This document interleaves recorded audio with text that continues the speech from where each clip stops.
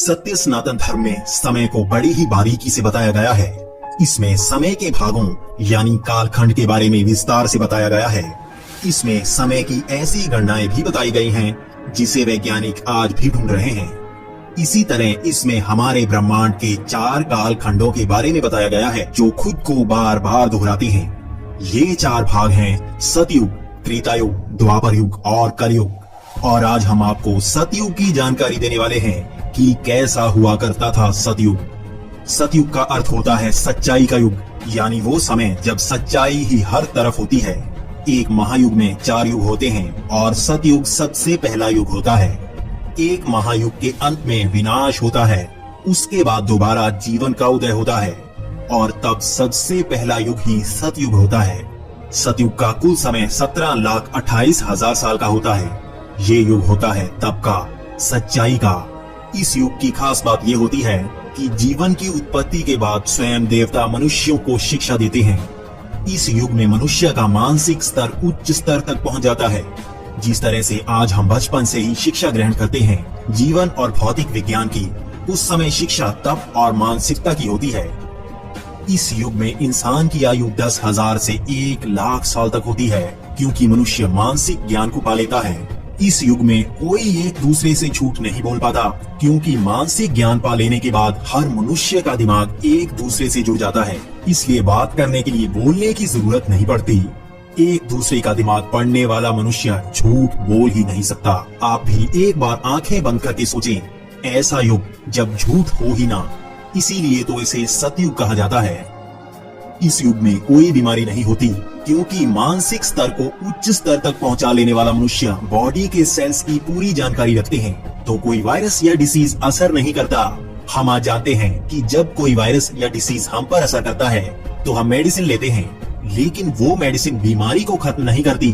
वो सिर्फ हमारे शरीर की एंटीबॉडीज को एक्टिवेट करती है, जिससे उस बीमारी का अंत होता है। यानी उस बीमारी को हमारा शरीर ही मारता है। अगर हम अपनी बॉडी और माइंड पर पूरा कंट्रोल कर सकें तो हम हर बीमारी पर जीत पा सकते हैं। यही सतयुग का हर मनुष्य कर पाता है। इसे मैं आपको मॉडर्न साइंटिफिक तरीके से बताता हूँ, जिसे आप भी नकार नहीं सकते। हमारा दिमाग 3 भागों से काम करता है, कॉन्शियस माइंड, सबकॉन्शियस माइंड और अनकॉन्शियस माइंड। कॉन्शियस माइंड यानी वो हिस्सा जिसे हम चेतना कहते हैं, इसका बॉडी पर पूरा कंट्रोल नहीं होता। सबसे बड़ा काम इस सबकॉन्शियस माइंड और अनकॉन्शियस माइंड का होता है। दिल की धड़कन चलाना या एंटीबॉडीज को बनाना। हम आज इन हिस्सों को डायरेक्टली एक्सेस नहीं कर सकते। हर एक वैज्ञानिक यही कहता है, ऐसा सिर्फ मेडिटेशन से ही किया जा सकता है। मेडिटेशन यानी तप। इसे ही सतयुग के 4 स्तंभों का पहला स्तंभ कहा जाता है।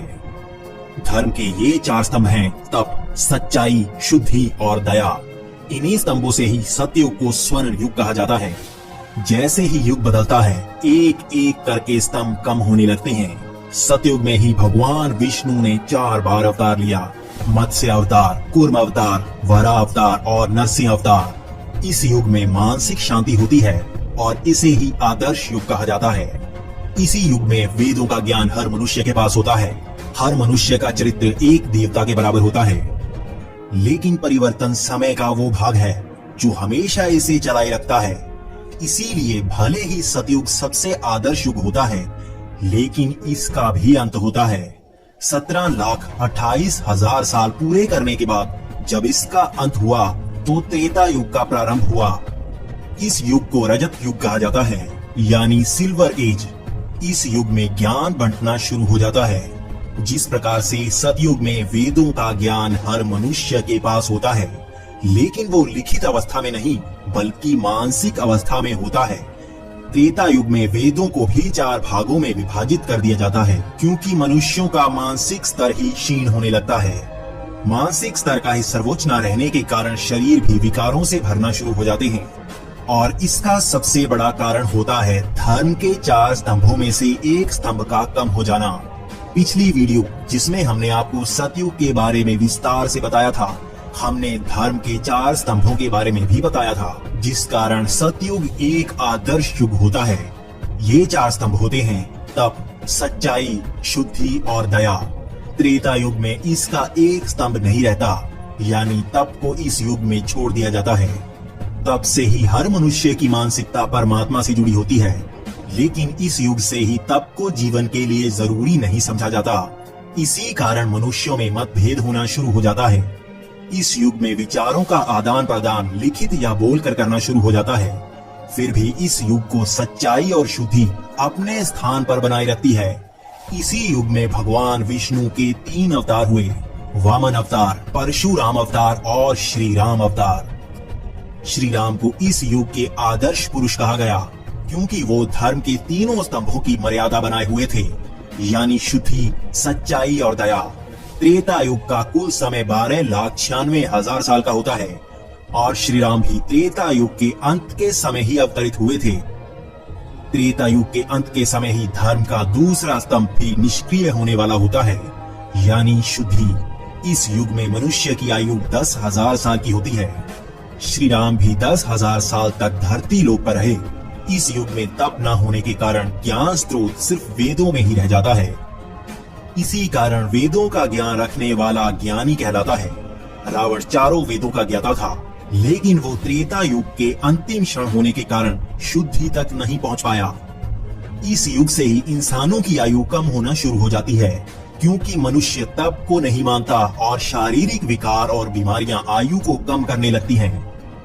मानसिक स्तर गिरने के कारण ही भौतिक संसार का मोह भी बढ़ने लगता है।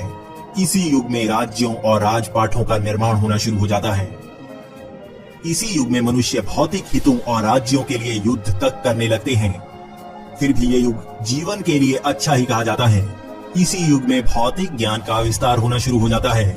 इसी युग में जीवन के नियम बनना शुरू हो जाते हैं। इसी युग में पुराणों और शास्त्रों का भी निर्माण होता है, क्योंकि ज्ञान को मानसिक स्तर तक आगे नहीं बढ़ाया जा सकता, तो इसे लिखित रूप में सुरक्षित कर लिया जाता है।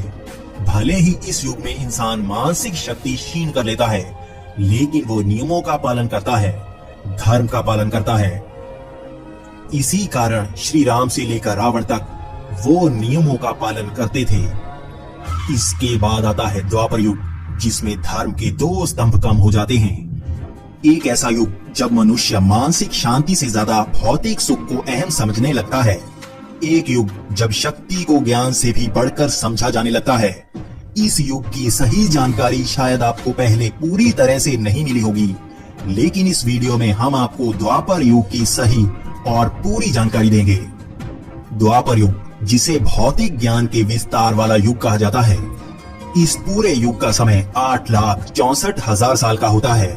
इस युग में धर्म के केवल 2 ही स्तंभ रह जाते हैं, सच्चाई और दया, जबकि इसकी शुरुआत से ही तप और शुद्धि का त्याग हो जाता है। तप का ज्ञान किसी के पास नहीं रह जाता, जबकि शुद्धि प्रत्येक मनुष्य के मन से दूर हो जाती है। इस युग को सिर्फ सच्चाई ही बचा कर रखती है। इसका उदाहरण है महाभारत का युद्ध, जिसमें मन की शुद्धि ना होने के कारण आपसी वैर पैदा हो गए, लेकिन सच्चाई ने ही सबको बांधे रखा। पूरे युद्ध में हर अस्त्र शस्त्र और ईर्ष्या का भाव हुआ, लेकिन फिर भी किसी ने सच्चाई का त्याग नहीं किया।